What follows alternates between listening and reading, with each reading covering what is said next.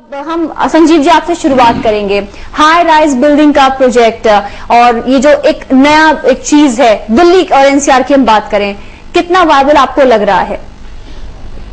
Viable तो बहुत है, क्योंकि आज की मजबूरी है कि हाई राइज बिल्डिंग बनानी ही पड़ेगी। थोड़ा मैं हिस्ट्री में ले जाता हूं। मैं जब दिल्ली के आसपास का जो एरिया होता था वो थोड़ा अर्थक्वेक के हिसाब से ये थोड़ा सेंसिटिव माना जाता था। जब गवर्नमेंट ने और जो बिल्डिंग बायलॉज यहाँ जब बनने शुरू हुए तो बायलॉज टेंटेटिवली अर्थक्वेक के हिसाब से रिस्ट्रिक्टेड जोन में था। ये माना जाता था कि यहाँ पे जो है अर्थक्वेक के हिसाब से एरिया इलाका ठीक नहीं है जी। उसका बेसिक कारण था कि ना हम लॉ बदल रहे थे और ना हम बिल्डिंग को उस लायक बना रहे थे, क्योंकि बहुत ऐसे एरियाज हैं जैसे जापान है, वहां भी हाई राइज बिल्डिंग बनती है। तो जब ये सारी चीजें ठीक हो गई हैं, जैसे कि फॉर एग्जांपल कोड रिवाइज हो गया, हमने अर्थक्वेक के लिए जोन 5 जोन 4 में बिल्डिंग का काम चल रहा है और जो परमिशंस मिलती हैं उसके लिए जो एजेंसीज हैं वो इक्विप्ड हो गई हैं, तो अब हाई राइज बिल्डिंग के सैंक्शन होने लगे हैं। इसलिए हमें इंकरेजमेंट मिल रहा है और बिल्डिंग बनाई जा रही है। बिल्कुल, तो इंकरेजमेंट मिल रहा है, उस तरफ काम हो रहा है जो पहले से प्रिकॉशंस लेने चाहिए वो लिए जा रहे हैं। इस वजह से शायद परमिशन भी मिल रही है हाई राइज बिल्डिंग्स को बनने के लिए। चलिए प्रॉपर्टी एक्सपर्ट से हम बात करेंगे, सतीजा जी से बात करेंगे। क्या आपको फ्यूचर लग रहा है हाई राइज बिल्डिंग्स का दिल्ली और एनसीआर में? सही मायने में फ्यूचर तो बहुत ही उज्जवल है। सबसे बड़ी मजबूरी है क्योंकि एफएआर अब बढ़ना शुरू हुआ है। पहले एफएआर होता था 1.5%, अब 4.0% एफएआर जब मिलेगा बिल्डर्स भी फायदा उठाएंगे और कुछ भारतवर्ष में बदलाव आ चुका है इस बारे में। अब ऊंची से ऊंची बिल्डिंग बनेंगी, भारत में बदलाव आ चुका है, फ्यूचर इसका बहुत ही उज्जवल है और लोग भी बदलाव चाहते हैं। सिंगल स्टोरी में रहकर भी उन्होंने देख लिया, अब मल्टी स्टोरी बिल्डिंग के अंदर भी उससे ज्यादा facilities, fully equipped, gated, security, हर प्रॉब्लम को जो सॉल्व किया गया है वो मल्टी स्टोरी बिल्डिंग में और सरल तरीके से सॉल्व किया गया है। और इसके अलावा कोई विकल्प भी नहीं है क्योंकि जमीन तो उतनी ही है और हर आदमी चाहता है मेट्रो सिटी में बसना। दिल्ली की जमीन उतनी है और दिल्ली के अंदर अब हाई राइज का आना जरूरी भी है, इसके अतिरिक्त कोई और विकल्प भी नहीं है। बिल्कुल, आप इसे कह सकते हैं कि कोई विकल्प नहीं है, कोई ऑप्शन नहीं है, लेकिन हाँ बहुत अच्छे अंदाज से इस कॉन्सेप्ट को लाया जा रहा है, बहुत काम किया जा रहा है कि क्या क्या चीजें होनी चाहिए अगर आप हाई राइज बिल्डिंग बना रहे हैं। यहाँ पर संजीव जी मैं जानना चाहूंगी, अगर हाई राइज बिल्डिंग की हम बात करें तो जिन लोगों का बजट करोड़ों रुपए में है उनको यहाँ पर कहीं न कहीं टारगेट किया जा रहा है। इतना बजट क्यों होता है इन बिल्डिंग्स का? नहीं, देखिए बजट ऐसा नहीं माने कि बजट हाई राइज में जाने पर महंगा होता है।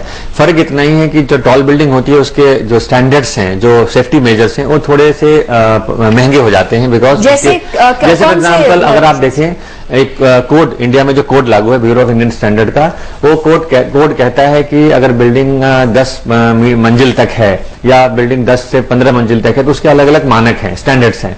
जैसे बिल्डिंग ऊपर होती है तो वहां पे ना अर्थक्वेक के साथ साथ विंड का प्रेशर भी आता है, तो बिल्डिंग को स्टैंड कराने के लिए you have to see the critical कौन सा एंगल है। अर्थक्वेक और विंड प्रेशर हाई एक ही टाइम में आ जाए तो बिल्डिंग टिकेगी कि नहीं टिकेगी ये देखा जाता है, या सिंगल देखा जाए। तो नॉर्मली देखा गया है कि वेरियस फैक्टर का जो हाई क्रिटिकल पोजीशन होता है उस समय इस बिल्डिंग को स्ट्रेंथ है दी जानी चाहिए। इसमें इसलिए रिइंफोर्समेंट है, बिल्डिंग का अगर लोड लेने की कैपेसिटी है तो पाइलिंग है, इस वजह से थोड़ा कॉस्ट ऑफ कंस्ट्रक्शन हाई होता है जी। देन इसके safety norms, evacuation in case of emergency, in case of fire, तो उसके भी नॉर्म्स इसमें आते हैं। बिल्डिंग जितनी ऊंची होती है उसमें फायर का अपने आप सेल्फ एक्सटिंग्विश करने का तरीका होता है। तो देयर आर सर्टेन एस्पेक्ट जो बिल्डिंग को थोड़ा महंगा करता है। बट लैंड प्राइसेस जहां पे महंगी है, बहुत महंगी है, वहां पे अगर मल्टी स्टोरी बनता है तो आप देखेंगे कि ये एक्चुअली वायबल भी है और इकोनॉमिकल भी है। दूसरा नोशन ये है कि ऐसा नहीं सोचा जाए कि मल्टी स्टोरी हाई राइज का मतलब है high and luxury. In fact I will say that most of the apartment जहां बन रहे हैं, आप नोएडा साइड देख लें या गुड़गांव जो कि काफी बड़ा मेट्रो का लोड ले रहा है पॉपुलेशन शिफ्टिंग का, वहां पे इनफैक्ट हाई राइज बनाने के साथ आप ये भी जानेंगे कि उसमें जो अपार्टमेंट के साइज है वो as small as 1200 square feet का ही बन रहा है जी। इसलिए ऐसा नहीं कहें कि हर बड़ा अपार्टमेंट ही हाई राइज में या मल्टी स्टोरी में जाएगा। तीसरा सवाल यह कि हम हाई राइज किसको बोलते हैं? हाई राइज क्या 100 मंजिल वाले को बोलेंगे या 25 मंजिल को भी हाई राइज बोलेंगे?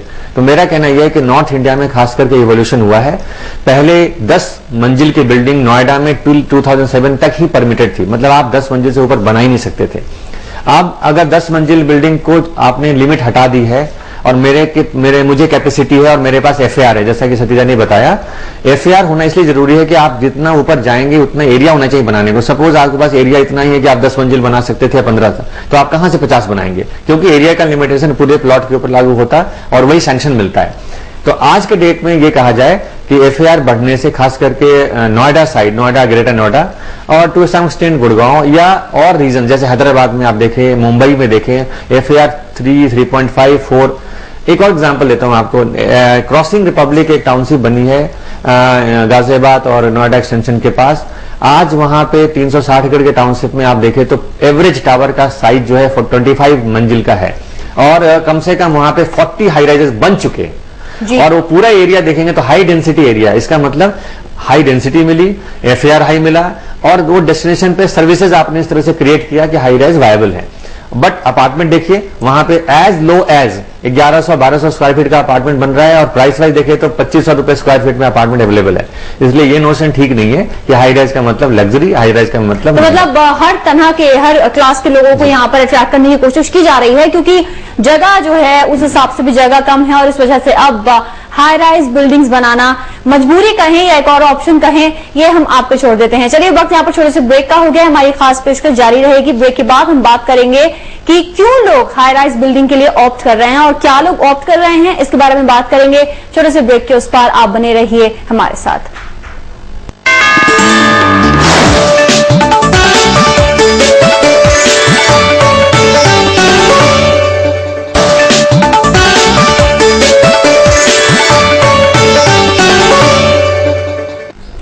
ब्रेक के बाद आप सभी का स्वागत है प्रॉपर्टी मंत्रा में। आज हम बात कर रहे हैं हाई राइज बिल्डिंग के बारे में।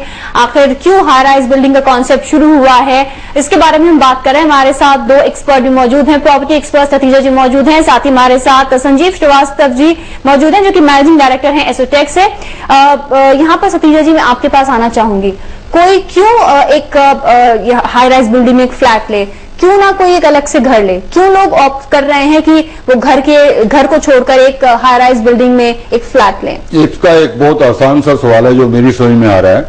अगर किसी स्पेसिफिक प्लेस के ऊपर फ्लैट्स अवेलेबल नहीं है और उसी स्पेसिफिक प्लेस के ऊपर हाई राइज बिल्डिंग बन रही है तो वहां उसमें वो जाना पसंद करेगा, क्योंकि हाई राइज बिल्डिंग जहां बन रही है उसके साथ कॉमन फैसिलिटीज बहुत ज्यादा अवेलेबल होती हैं।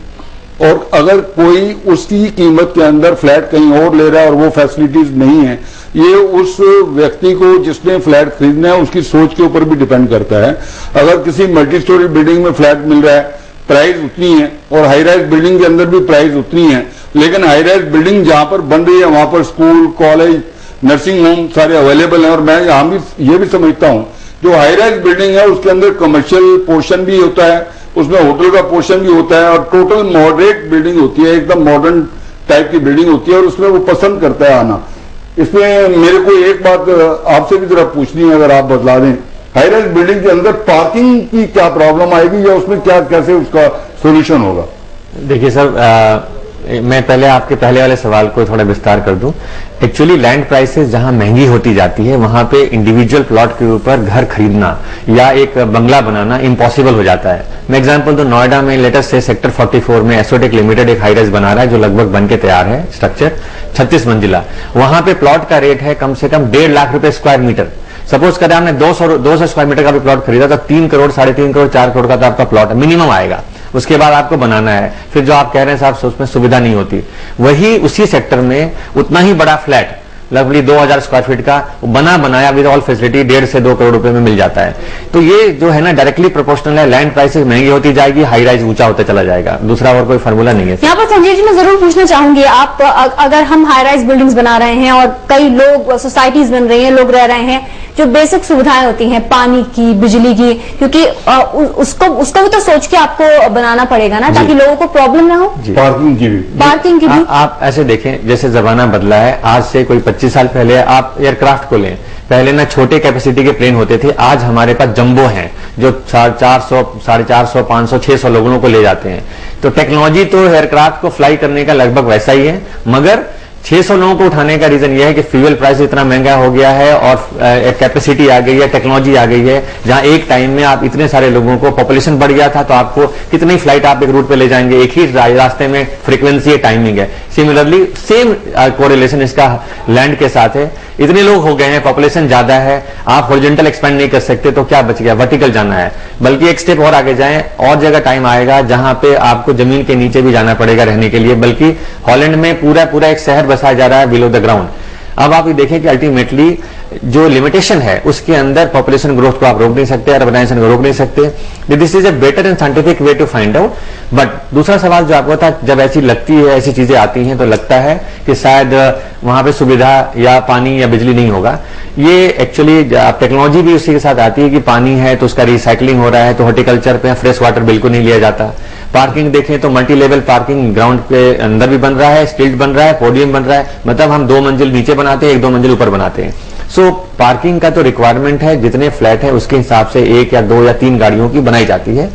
मल्टी लेवल पार्किंग भी आ गया, मैकेनाइज्ड पार्किंग बोलते हैं। तो इतनी सारी टेक्नोलॉजी आज के अवेलेबल है कि ये जब जो प्रॉब्लम दिखता था, ये बड़ा इजी सॉल्यूशन अवेलेबल है और ये हर जगह 100% किया जा रहा है। तो ये आप यकीन मानिए कि हर मल्टी स्टोरी में परहैप्स मैनेजमेंट सिस्टम ज्यादा बेटर है इंडिविजुअल किसी घर के। तो मैं ये भी कहना चाहूंगा, हाई राइज बिल्डिंग के अंदर अगर कोई अपार्टमेंट खरीदना चाहता है तो उसके पास एक भ्रम सा है कि सुपर एरिया बहुत ज्यादा लोडिंग है इसके अंदर। इसके बारे में भी थोड़ा सा अगर क्लैरिटी दे तो ज्यादा अच्छा रहेगा। देखिए, जो सुपर एरिया या एरिया का कैलकुलेशन है वो तो एक सैंक्शन नॉर्म के हिसाब से निकाला जाता है। ये नोशन बिल्कुल गलत है कि हाई राइज बनने का मतलब है कि वहां सुपर एरिया ज्यादा होगा। फॉर्मूला वही है, चाहे आप 10 मंजिल बनाए या 8 मंजिल बनाए या 100 मंजिल बनाए, एरिया के कैलकुलेशन में कोई फर्क नहीं पड़ता। इसलिए नोशन बिल्कुल गलत है। हाई राइज का मतलब ज्यादा सुपर एरिया, ऐसा नहीं है। बिल्कुल। यहाँ पर सतीश जी, अब मैं पीएलसी की तरफ आना चाहूंगी। बॉम्बे के अंदर पीएलसी चार्जेस लिए जाते हैं ऊपर के फ्लोर्स पे, लोग ऊपर से ऊपर मंजिल में रहना पसंद करते हैं। दिल्ली में नीचे लिए जाते हैं, first floor, second floor, ground floor. आपको लगता है ये ट्रेंड बदल सकता है? क्योंकि बॉम्बे में हाई राइज बिल्डिंग्स हैं और लोग बहुत पसंद करते हैं। डेफिनेटली आने वाले समय में ये 100% बदलेगा। लोग अभी पसंद करते हैं मैं ग्राउंड फ्लोर पे ही रहूं, फर्स्ट पे रहूं, सेकंड पे रहूं। अब खैर कम से कम इतना तो हो चुका है कि ग्राउंड फ्लोर पे कोई भी रहना पसंद नहीं करता, सिक्योरिटी पॉइंट ऑफ व्यू से भी और अदरवाइज भी जी। जैसे फर्स्ट फ्लोर के ऊपर लोग रहना चाहते हैं, ऐसी जितनी हाई राइज बिल्डिंग आती चली जाएंगी वैसे ये ट्रेंड बदलता चला जाएगा।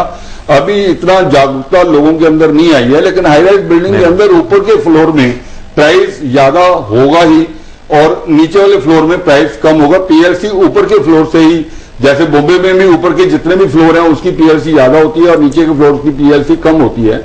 लेकिन दिल्ली में लोगों का रवैया यही है कि ground floor first flour mill जाए तो ज्यादा बेटर है। संजीव जी, आप जब लोग आपके पास आते हैं क्या किस चीज की डिमांड करते हैं? हाँ, देखिए ऐसा था, आप जो हिस्टोरिकल देखें तो दिल्ली में, खासकर नॉर्थ इंडिया में ये ट्रेंड था कि लोग लोअर फ्लोर पे रहना पसंद करते हैं और इसलिए यहाँ पे लोअर फ्लोर पे ज्यादा प्रीमियम लिया जाता था। लेकिन हम लोगों ने क्या किया, हमने ना, जैसे हम 2008-9 से हमने बिल्डिंग सेल करनी शुरू करी थी और जितने भी हम 25 मंजिल पहले भी बनाए हैं, तो हम लोग ना ऊपर के टॉप 10 फ्लोर को हम ज्यादा प्रीमियम दे रख रहे हैं उसके ऊपर, उसका प्राइस थोड़ा महंगा होता है। उसके 2 रीजन है। एक, हम डिस्करेज करना चाहते हैं लोगों को कि नीचे आप नीचे के प्राइस पे जब रहते हैं तो उसमें आपको व्यू नहीं मिलता। ऊपर हम प्रीमियम इसलिए ले रहे हैं कि इनफैक्ट आज तक किसी 10-12 मंजिल से ऊपर कोई रहा नहीं था। जैसे मैं एग्जांपल बताऊं, जब हम कस्टमर को ले जाते थे, क्या लोग इसकी तरफ बहुत अच्छी तरह से इसके बारे में विस्तार से बात करेंगे। वक्त यहाँ पर एक छोटे से ब्रेक का हो गया है। ब्रेक के बाद हम बात करने की कोशिश करेंगे, जानने की कोशिश करेंगे अपने एक्सपर्ट से, क्या वक्त पर ये जो हाई राइज बिल्डिंग्स हैं, ये प्रोजेक्ट्स पूरे हो पाएंगे, क्या वक्त पर लोगों को घर मिल पाएंगे? एक छोटे से ब्रेक के बाद।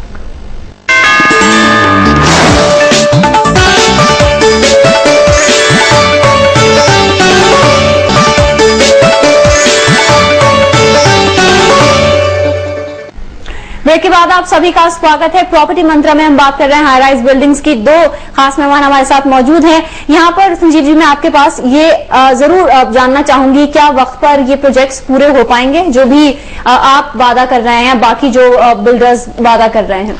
देखिए, इसका 2 पार्ट है। पहले, आज से जब हमने 3 साल पहले बिल्डिंग शुरू करी थी तो यहाँ पे ना जो रेगुलेटरी अथॉरिटी या जो अप्रूवल अथॉरिटी, उनके पास नो हाउ नहीं था। अब उनको ना उस प्रोसेस से गुजर चुके, इसलिए हमें थोड़ा समय लगा अप्रूवल कराने में। देन हमारे पास अनफॉर्चुनेटली हाई राइज के लिए बिल्डिंग कोड, जिसको हम अर्थक्वेक कोड बोल रहे हैं, वो भी अभी पब्लिश नहीं हुआ है, अभी ड्राफ्ट में है।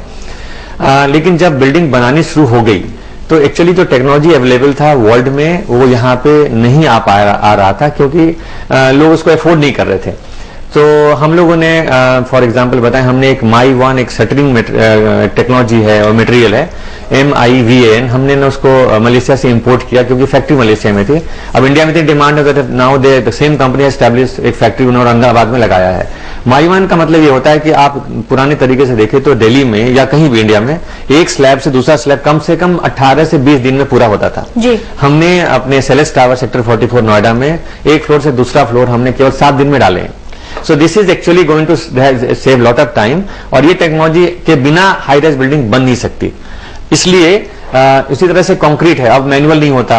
आपके पुराने टाइम में देखे बाहर की बिल्डिंग को प्लास्टर किया जाता था, अब कंक्रीट इतना अच्छा आता है कि आपको प्लास्टर करने की जरूरत नहीं, you can simply paint it. Simply जो ग्लास फसाड है वो आपको उसको वहां नहीं बनाना होता, फैक्ट्री से बन के आते हैं, जस्ट फिक्स इट।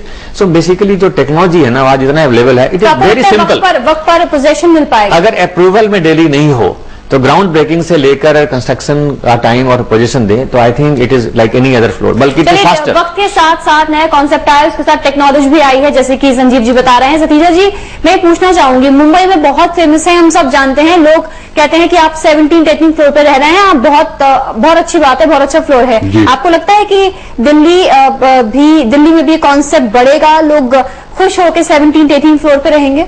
नहीं, दिल्ली में कॉन्सेप्ट बढ़ेगा, इसमें कोई दो राय नहीं है। लेकिन मैं ये भी कहना चाहूंगा, जिस प्रकार बिल्डर्स की भी एक बाढ़ आज गई थी नोएडा के अंदर, फरीदाबाद के अंदर, गुड़गांव के अंदर।